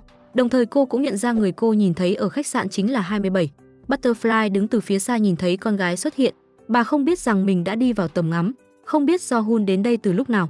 Anh đã chĩa súng vào thẳng đầu bà. Nhìn thấy dáng vẻ hạnh phúc của con gái, Butterfly vui vẻ quay đầu định rời đi. Đúng vào lúc này bà trúng đạn. Do-hun phát hiện ngoài anh ra còn có tay súng bắn tỉa khác. Anh dựa vào trực giác rất nhanh đã tìm thấy đối phương. Nhưng khi anh nhìn qua kính viễn vọng thì thấy bên kia là một khuôn mặt quen thuộc. Rõ ràng Du Ra cũng phát hiện ra anh và một lần nữa nhìn qua kính xem đối phương là ai. Lúc này cả hai bọn họ đều không dám tin vào những gì mình đã nhìn thấy. Đợi đến khi kịp tỉnh táo lại, anh lập tức ném súng bắn tỉa xuống đất chạy như điên về phía sân thượng ở đối diện. Nhưng khi anh đến nơi, Du Ra đã biến mất. Lúc này Du Ra đã được Tae-gu yểm hộ rút lui. Do-hun gọi điện thoại đến nhưng cô không dám nhấc máy lên nghe. Tae-gu lo lắng Du Ra có gia đình ràng buộc nên mềm lòng. Vào lúc Butterfly chuẩn bị rời đi, anh đã nổ súng nhắm thẳng đầu đối phương. Nhưng Tae-gu không thừa nhận chuyện này. Anh ta ném ra một xấp hình. Trong hình là nhóm sát thủ từng huấn luyện trong tổ chức. Tae-gu còn nói Chun Ryun chính là một trong những đứa trẻ đó, cũng chính là hung thủ hủy hoại cuộc đời của cô. Hóa ra năm đó Chun Ryun có biệt hiệu là Win, là người có biểu hiện xuất sắc nhất trong nhóm sát thủ đầu tiên. Du Ra và Tae-gu là nhóm thứ hai vừa được đưa vào tổ chức huấn luyện. Cả hai đều là trẻ mồ côi. Thật ra năm đó tổ chức là do chính phủ bí mật bồi dưỡng, nhưng sau này vì thay đổi người lãnh đạo nên bị tổng thống mới yêu cầu xóa bỏ tổ chức. Ông yêu cầu người đứng đầu tổ chức tiêu diệt hết những đứa trẻ. Người chấp hành nhiệm vụ này chính là Warrior và Butterfly. Khi ấy chỉ có sư phụ của Du Ra là Bullet phản đối chuyện này. Mọi người cãi vã nổ lửa rồi đường ai nấy đi. Tối đến Warrior đến tìm Butterfly lấy tính mạng của những người trong gia đình bà ra, đe dọa bắt bà đi thực hiện nhiệm vụ. Vì người nhà bà không thể không báo tin giả để nhóm sát thủ đầu tiên tưởng rằng căn cứ bị tấn công. Những đứa trẻ trong nhóm sát thủ thứ hai đều đã bị tiêu diệt. Lúc đó Chun Ryun không biết sự thật thế nào nên đã làm gỏi hết các con gà con thuộc nhóm thứ hai. Cho đến khi cô phát hiện nhóm thế lực thứ ba, khi tiễn đối phương đi chầu Diêm Vương, cô mới nhận ra mình đã bị người khác lợi dụng. Bọn họ muốn những người trong tổ chức tàn sát lẫn nhau. Sự thật này khiến Chun Ryun vô cùng đau khổ. Đúng lúc đó Tae-gu đang ở cùng với Du Ra, hai người bảo vệ cho nhau. Vào lúc lính đánh thuê của bên thứ ba chuẩn bị phát hiện bọn họ cũng như chuẩn bị nổ súng thì sư phụ của Du Ra là Bullet kịp thời xuất hiện tiêu diệt hắn. Sau đó ông sắp xếp cho hai người rời khỏi nơi này trước. Ông sẽ ở lại chờ thủ lĩnh của tổ chức là Warrior đến. Du Ra và Tae-gu thoát khỏi căn cứ và tách nhau ra từ đó. Nhiều năm sau hai người gặp lại nhau. Tae-gu vẫn không thể nào quên những gì đã xảy ra trong quá khứ. Nhưng Du Ra đã có gia đình hạnh phúc êm ấm nên cô không muốn tiếp tục nhúng tay vào chuyện này. Du Ra còn cảnh cáo Tae-gu nếu anh động vào người thân của cô sẽ băm anh ra làm trăm mảnh. Tae-gu có chút ngơ ngác, nhưng anh vẫn đưa ra nhiệm vụ tiếp theo cho Du Ra. Anh muốn Du Ra tiễn Chun Ryun đi chầu trời. Du Ra nói sau khi tôi đưa cô ta đi về nơi chín suối, anh hãy mau chóng rời khỏi Hàn Quốc. Tae-gu biết là Du Ra muốn biết người hãm hại Butterfly là ai nên đã lấy tài liệu của chồng cô đưa cho cô, để cho cô tìm hiểu thân phận thực sự của chồng mình. Cùng lúc đó Do-hun cũng được Chun Ryun kể cho nghe bí mật của căn cứ. Trước đó Do-hun đã đến gặp Chun Ryun thừa nhận rằng anh đã được Butterfly nói cho nghe thân phận thật sự của cô. Vậy nên anh nhắc Chun Ryun cẩn thận cục trưởng đừng để thân phận của mình bị lộ, đồng thời cùng anh chia sẻ những thông tin về tổ chức. Anh không chỉ muốn báo đáp ơn cứu mạng của Chun Ryun còn muốn bảo vệ gia đình mình. Sau đó Do-hun lại đến sân thượng nơi trước đó anh nhìn thấy Juja. Dựa vào kinh nghiệm nhiều năm làm đặc công, anh có thể xác định Butterfly không phải do Juja hãm hại. Đúng lúc này tiếng chuông điện thoại vang lên. Anh nhận được tài liệu về tổ chức do Chun Ryun gửi đến, cũng nhìn thấy khuôn mặt của anh họ Juja là Taegu trong danh sách. Đến giờ anh mới thật sự xác nhận thân phận của vợ mình. Juja không dám đối mặt với hiện thực, chỉ đành quay về quán cà phê. Trên bàn còn có tài liệu chi tiết chứng minh Do-hun là đặc công. Lúc này cô mới hiểu ra tại sao công việc của chồng cô lại luôn thần bí như thế. Nhưng lúc này điều khiến cô lo lắng hơn là sau khi thân phận bị lộ, hai vợ chồng họ phải đối diện với nhau như thế nào. Đúng lúc này cô nhận được điện thoại của Minseo. Cô bé vui vẻ chia sẻ cho mẹ nghe những điều thú vị ở trường, còn nói muốn ở chung với mẹ cả đời. Nghe những lời nói ngây thơ của con gái, cảm xúc của Juja vô cùng phức tạp. Tiếng khóc của cô khiến Minseo nhận ra có gì đó khác thường. Sợ con gái lo lắng, Juja buồn bã đau khổ chỉ đành tắt điện thoại đi. Ngay sau đó cô liền nhận được tin nhắn của con gái gọi cô về nhà. Không lâu sau Do-hun về nhà nhìn thấy Juja đã bình tĩnh lại. Lúc này hai người đều có chút ngượng ngùng. Hơn nữa họ rất ăn ý, không ai nhắc lại chuyện trên sân thượng. Nhưng trạng thái của hai người cứ như người mất hồn. Đến cô bé Minseo cũng phát hiện chuyện này bởi vì cả hai không ai nói chuyện với ai. May mà lúc này tiếng chuông cửa vang lên. Vợ chồng Ji-hun đến phá vỡ bầu không khí ngượng ngùng ấy. Rất nhanh hai người đã phát hiện bầu không khí trong nhà rất khác lạ. Bọn họ còn tưởng rằng anh trai chị dâu vẫn còn giận họ. Do-hun nói anh không giận. Anh còn nhắc lại câu này 2 lần. Juja biết đây là anh nói cho cô nghe. Trong lòng cô bỗng cảm thấy ấm áp. Sau một hồi vợ chồng Ji-hun đến quậy phá, bầu không khí căng thẳng giữa vợ chồng Juja đã giảm đi một nửa. Đến nửa đêm Minseo nằm trên giường khoe với bố mẹ cô bé có rất nhiều bạn. Juja nói với Minseo trước khi các bạn bày tỏ tấm lòng về con thì con nên giả vờ như không biết mới đúng. Do-hun biết câu này Juja đang nói cho mình nghe. Vậy nên anh quyết định tin tưởng vợ mình. Anh không chủ động hỏi mà chờ cô giải thích. Ngày hôm sau khi ở trên xe, Do-hun nhận được báo cáo về sự ra đi của Butterfly, xác định bà ngỏm củ tỏi không phải do Juja giết. Cùng lúc đó Chun Ryun đã bị cấp trên điều tra. Cô được nhân viên tình báo Jong Ji báo rằng cục trưởng mới chính là hung thủ thực sự ám sát Butterfly. Điều kỳ lạ là sát thủ của MGD trước đó bị bọn họ bắt được lại có liên quan đến cục trưởng. Chun Ryun lập tức phát hiện hình như cục trưởng đang lên kế hoạch cho chuyện gì đó. Một bên khác, Do-hun đến hiện trường vụ ám sát Butterfly. Thông qua hình ảnh trong đầu anh xác định được vị trí tay súng bắn tỉa có thể mai phục. Tiếp theo đó, thông qua hồi ức anh nhớ ra ngày hôm đó xuất hiện một chiếc xe rất khả nghi. Đợi đến khi nhìn thấy camera an ninh bên đường, anh lập tức phái người đi điều tra. Mà lúc này Juja hẹn Chun Ryun ra quán cà phê. Trùng hợp thế nào trước kia Taegu cũng hẹn Chun Ryun ở quán cà phê này, đồng thời thông báo cho cô biết cô đã trở thành mục tiêu kế tiếp. Sát thủ thực hiện nhiệm vụ này chính là 27. Lúc này Chun Ryun vẫn chưa biết Juja chính là 27. Juja thẳng thắn nói với Chun Ryun rằng cô đã biết chuyện chồng mình đang cống hiến cho đất nước. Cô không muốn Do-hun và Chun Ryun tiếp tục điều tra chuyện quá khứ nữa. Cô không muốn thân phận của mình bị tất cả mọi người biết đến. Chun Ryun không hiểu Juja đang nói gì. Thấy vậy Juja đứng dậy rời đi. Trước khi đi cô còn nói nụ cười của chị từ trước đến giờ chưa bao giờ thay đổi. Nghĩ đi nghĩ lại, câu nói này khiến Chun Ryun nhớ lại cô bé hồi nhỏ mình từng gặp. Cộng thêm nghe Do-hun nói anh muốn bảo vệ gia đình. Cuối cùng cô cũng nhận ra sát thủ số 27 chính là Juja. Không lâu sau, Do-hun đã tìm ra manh mối về chiếc xe màu đen, bèn gọi điện thoại báo cho Chun Ryun biết. Anh đã tiến hành theo dõi đối phương, nhưng Do-hun không biết rằng mục tiêu anh đang theo dõi chính là Taegu. Mà lúc này Taegu đang nắm tay một cô bé, đó chính là con gái yêu của Do-hun. Thời gian quay trở lại lúc Juja đang còn nhỏ. Cô có một quá khứ vô cùng thê thảm mà không ai biết. Juja là một đứa trẻ mồ côi. Cô bị chính phủ dùng làm tử sĩ để bồi dưỡng. Rất nhiều đứa trẻ không chịu được những bài huấn luyện tàn khốc đã ra đi mãi mãi. Chỉ có một nhóm xuất sắc nhất có thể tiếp tục sống sót và được xăm lên mình ký hiệu của tổ chức. Bọn họ không những phải học tất cả các kỹ năng ám sát người khác mà còn phải học những bài học để tẩy não của tổ chức. Mục đích duy nhất là để bọn họ không bao giờ phản bội tổ chức. Nhưng chỉ một mệnh lệnh được ban hành, bọn họ lại là nhóm người đầu tiên bị tổ chức tiêu diệt. Khi đó những thành viên trong nhóm sát thủ đời thứ hai chỉ có Juja và Taegu thoát nạn. Hai người hẹn nhau tách ra hành động trước sau đó sẽ gặp lại nhau. Chỉ có điều khi Juja đi vào trong thành phố mới biết mình đang ở nước Thái xa xôi. May mà số của cô vẫn rất may mắn. Cô được một cặp vợ chồng không có con cái nhận nuôi. 10 năm sau khi đã khôn lớn nên người Juja dần quên mất quá khứ từng là một sát thủ, đồng thời sống một cuộc sống vô lo vô nghĩ bên bố mẹ. Bố mẹ nuôi của Juja đem toàn bộ tình yêu của mình dành cho cô. Biết Juja muốn vừa học vừa làm, mẹ nói với cô thay vì cô mua thêm đồ cho gia đình thì bố mẹ muốn cô ở bên bầu bạn với họ hơn. Nhưng cuộc sống khiến mọi người đều phải ngưỡng mộ ấy ngày hôm sau đã bị phá hủy hoàn toàn. Mẹ ở trên bàn ăn nói với Juja vài ngày trước có người ở chợ hỏi rất kỹ về quá khứ của cô.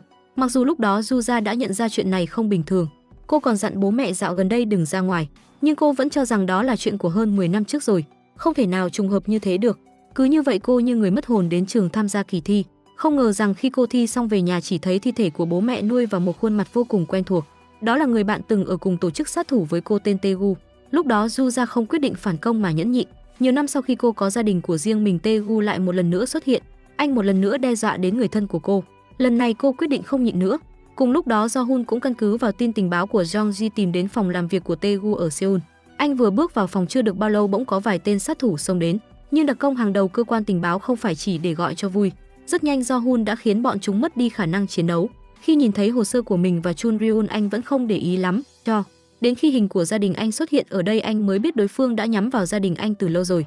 Đúng lúc này, Ji-hun gọi điện thoại đến nói không biết tại sao không thể liên lạc được với chị dâu và Min-seo. Câu nói này khiến Jo-hun cảm thấy vô cùng lo lắng. Sau đó anh vội vàng đi tìm vợ và con gái, còn không quên gọi Chun Ryun cho người đến xử lý chuyện này. Đồng thời nói với Chun Ryun thực ra mục tiêu của đám sát thủ khi nãy không phải là anh mà là Taegu.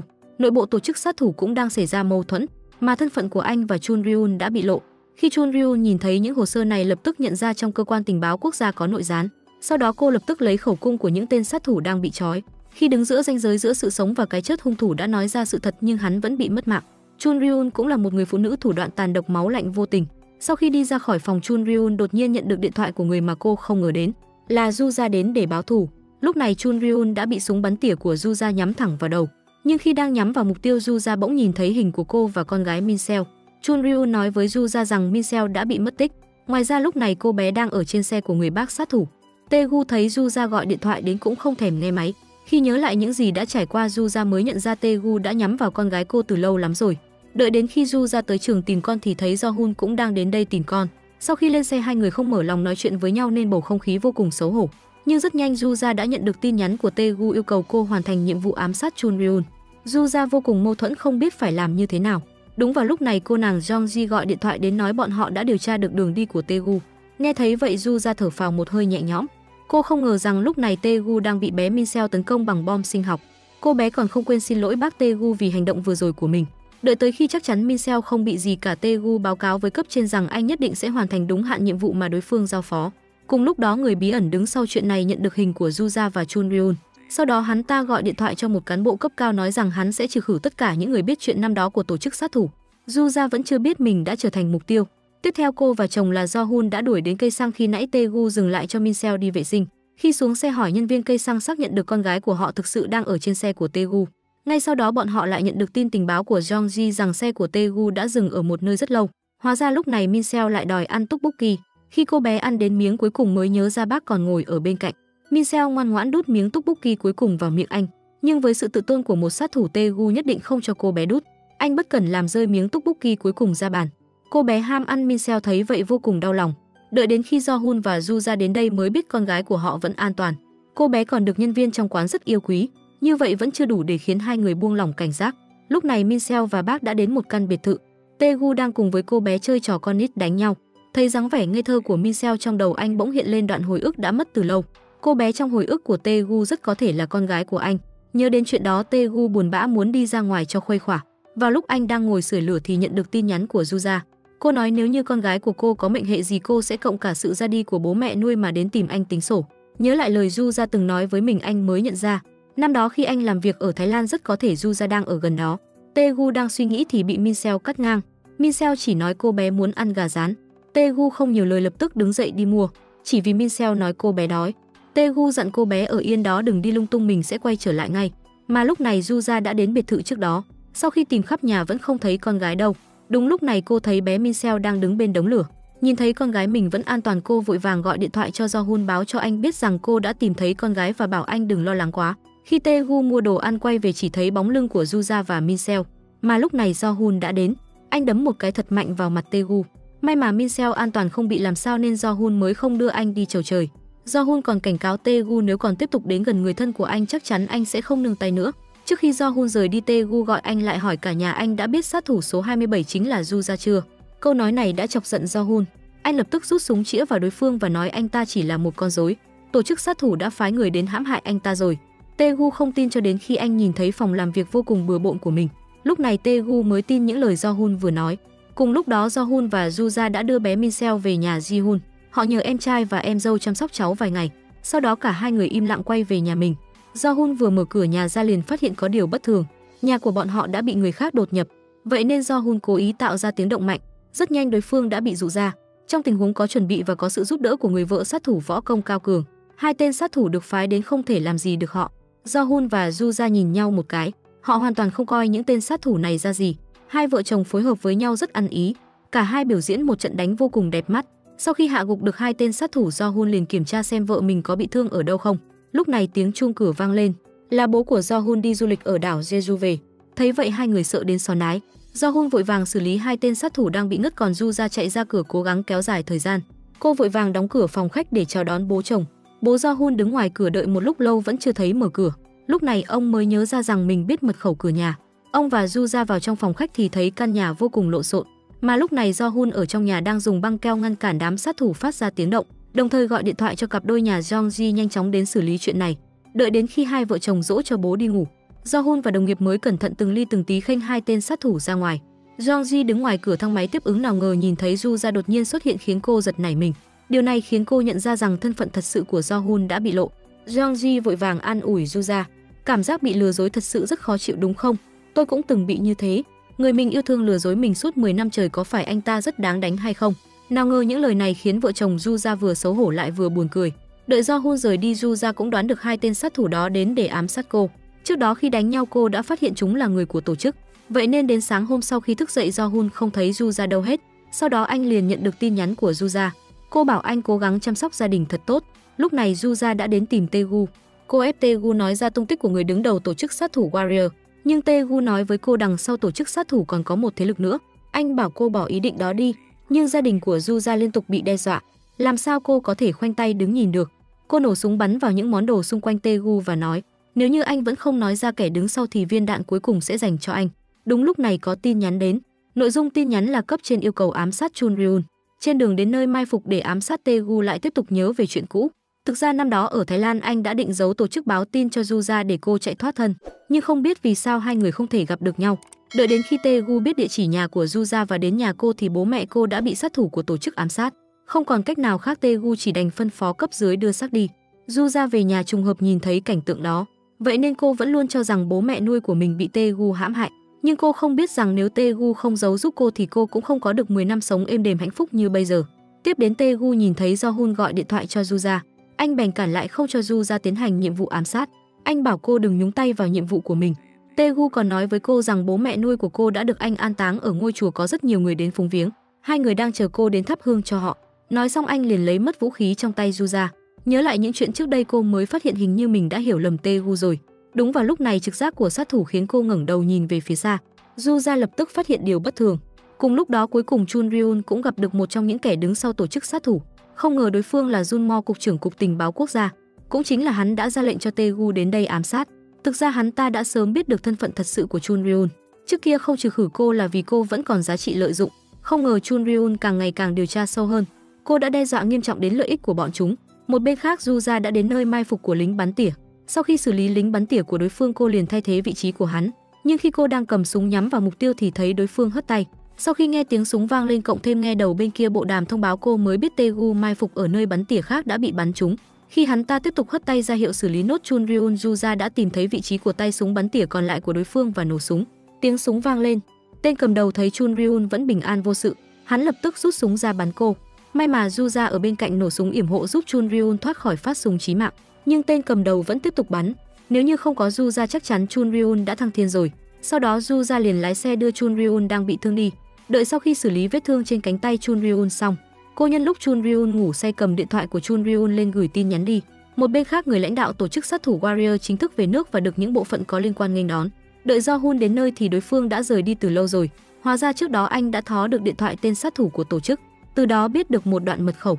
Sau khi nhân viên tình báo giải mã, anh biết thời gian và địa điểm Warrior sẽ về nước. Do-hun không hề may mắn không chặn được đường của Warrior, nhưng nhân viên tình báo đã nắm được những hành động tiếp theo của ông ta. Warrior vẫn không biết gì về chuyện này. Ông ta bỗng nhiên đến biệt thự nơi trước kia Do-hun và Ju-ra từng ghé chơi. Vào bên trong biệt thự, quả nhiên ông ta nhìn thấy Tae-gu đang bị thương, mà lúc này Do-hun cũng đã đến biệt thự. Warrior bảo Tae-gu đừng trách ông ta chỉ muốn khôi phục lại hào quang mà ông ta từng có.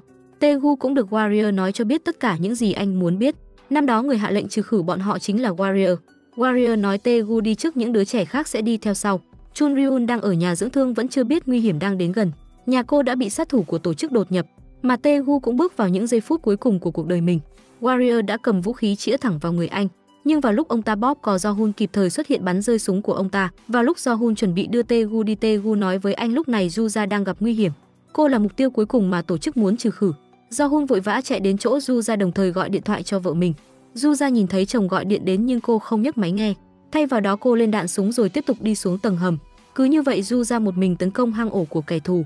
Trong lúc chiến đấu nảy lửa, Ju-ra vừa ngẩng đầu lên liền bị đối phương nhận ra. Không ngờ đây lại là phòng làm việc của Bộ trưởng Cơ quan Tình báo Quốc gia. Hắn ta đã nhận ra Ju-ra nên bảo hai bên ngừng bắn. Nhưng lúc này cục diện đột nhiên thay đổi. Thế lực thứ ba đột nhiên xông vào phá vỡ sự yên tĩnh vừa rồi. Cùng lúc đó Chun Ryun đang ngủ cũng phát hiện có người đột nhập vào phòng mình. Vào lúc đối phương định ra tay với cô nhân cơ hội mà hắn không phòng bị để khống chế hắn. Sau đó cô lấy khẩu súng giấu dưới đèn ngủ ra kết liễu cuộc đời đối phương. Sau khi xử lý xong chuyện này, cô nhận được điện thoại của nhân viên tình báo. Mật khẩu của hệ thống tình báo quốc gia đã bị đổi. Chun Ryun lập tức nhận ra chuyện này là do Junmo gây ra. Cô nghĩ rất có thể kế hoạch của Ju-ra trước đó đã xảy ra vấn đề. Chun Ryun vốn dĩ muốn liên lạc với Do-hun nhưng anh không nghe điện thoại. Đúng vào lúc này cô nhận được tin nhắn của Tae-gu. Anh bảo cô đến vị trí trong tin nhắn để đưa thủ lĩnh của tổ chức sát thủ Warrior đi. Trong phòng làm việc của cơ quan tình báo, Ju-ra đang bị đám người áo đen tấn công dồn dập. Đối phương đã bao vây lấy cô. May mà Do-hun kịp thời đến nơi giúp Ju-ra giảm bớt phần nào áp lực. Lúc này đặc công của cơ quan tình báo đã bị thủ tiêu gần một nửa. Vợ chồng Ju-ra lúc này đã rút lui vào tận phòng làm việc của Chun Ryun. Ju-ra và Do-hun đều đang đợi cơ hội phản công. Khi nghe thấy tiếng súng của đối phương thưa dần, bọn họ biết thời cơ đã đến. Hai người giúp đỡ lẫn nhau, cùng nhau dọn sạch đám sát thủ bên ngoài. Lúc này Chun Ryun cũng gặp được Tae-gu. Khi cô biết tin Do-hun bảo Tae-gu đến đây đợi cô thì cô cũng thở phào một hơi nhẹ nhõm. Sau đó Chun Ryun lái xe đưa Warrior đi. Cô báo cáo chuyện này lên cấp trên, đồng thời cũng nắm được chứng cứ chứng minh cục trưởng là người đứng sau chuyện này. Nhưng cấp trên lại yêu cầu cô ngừng điều tra, đừng lún sâu vào chuyện này. Chun Ryun không còn cách nào khác, chỉ đành đưa Warrior đến tổng bộ của cơ quan tình báo tiến hành giao nộp người. Sáng sớm hôm sau, Do-hun đến phòng làm việc hoang tàn đổ nát. Anh hỏi kết quả xử lý Warrior và cục trưởng như thế nào. Chun Ryun bảo anh đừng quan tâm đến chuyện này. Câu nói ấy lập tức khiến Do-hun biết vụ này đã xuất hiện chuyện ngoài ý muốn.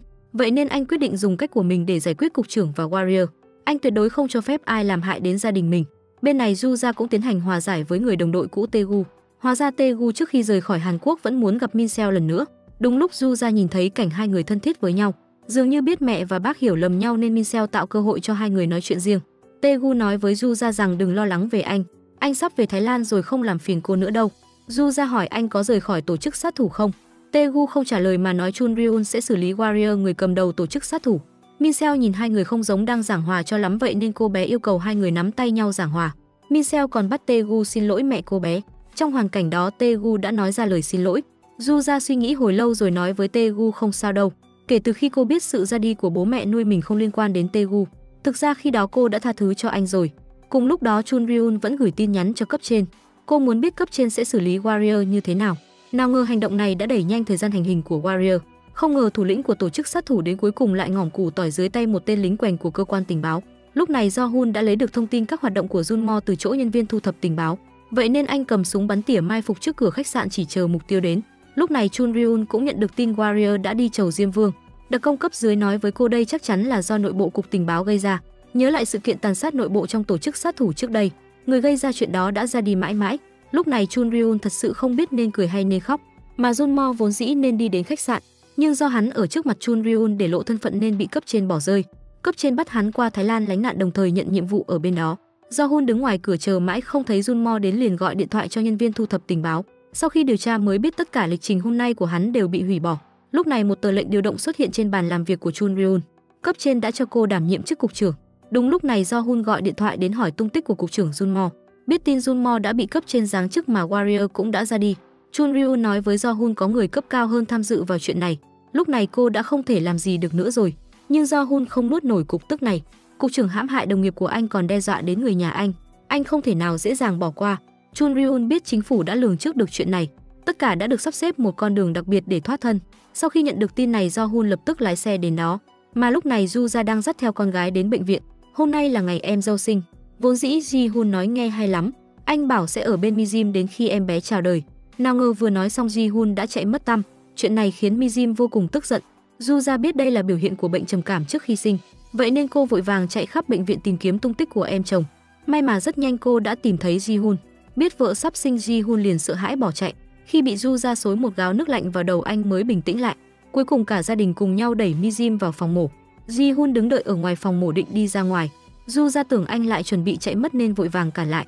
Thực ra Ji-hun không định rời đi, nhưng khi anh vừa đi lập tức có một bóng người vụt qua. Trực giác của một sát thủ hàng đầu khiến Du ra nhận ra có chuyện sắp xảy đến. Nào ngờ quả thật có người đang nhắm đến gia đình cô. Một bên khác khi Jo-hun đang đuổi theo mục tiêu liền nhận được hình gia đình mình bị chụp lén. Lúc này ngoài cửa sổ xe có một người gõ cửa xe anh và đưa cho anh một chiếc điện thoại. Lãnh đạo ở đầu dây bên kia yêu cầu Jo-hun nhanh chóng rời khỏi đây. Anh ở đây không làm được gì hết. Jo-hun đe dọa ngược lại cấp trên. Nếu như ông dám đụng đến người nhà tôi thì tôi có ngỏm củ tỏi cũng không tha cho ông. Cấp trên nói người nhà anh sẽ không sao cả. Vậy nên anh hãy nhanh chóng ngừng tay và rời khỏi đây. Cuối cùng Jo-hun cũng thỏa hiệp. Đúng lúc này Chun Ryun gửi tin nhắn đến hỏi anh tình hình thế nào rồi. Anh chỉ có thể trả lời cấp cao hơn đã can thiệp. Chun Ryun hiểu ý nghĩa của dòng tin nhắn này, cũng biết rằng nếu cô không ký tên trên tờ giấy này cấp cao hơn sẽ không thể an tâm. Vậy nên cô không tiếp tục do dự ký tên nhận chức cục trưởng. Đợi Jo-hun đến bệnh viện, em dâu đã được đưa ra khỏi phòng mổ. Đúng lúc này anh nhìn thấy vợ đi ra đón anh. Anh nói với Du Gia rằng cục trưởng đã được giải quyết ổn thỏa, kẻ xấu nhất định sẽ bị trừng phạt.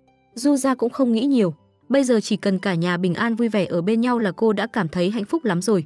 Rất nhanh hai người lại chào đón một cuộc sống êm đềm hạnh phúc. Hôm nay là bữa tiệc tròn 100 ngày của em bé. Min Seo đặc biệt gọi điện thoại mời bác Tae-gu đang ở nước ngoài về dự. Tae-gu chỉ đành nói dối rằng anh đang bận công việc, hẹn lần sau sẽ về. Lúc này Tae-gu không hề nhàn rỗi. Anh nói với Chun Ryun rằng cục trưởng cũ đã nắm quyền quản lý MGD.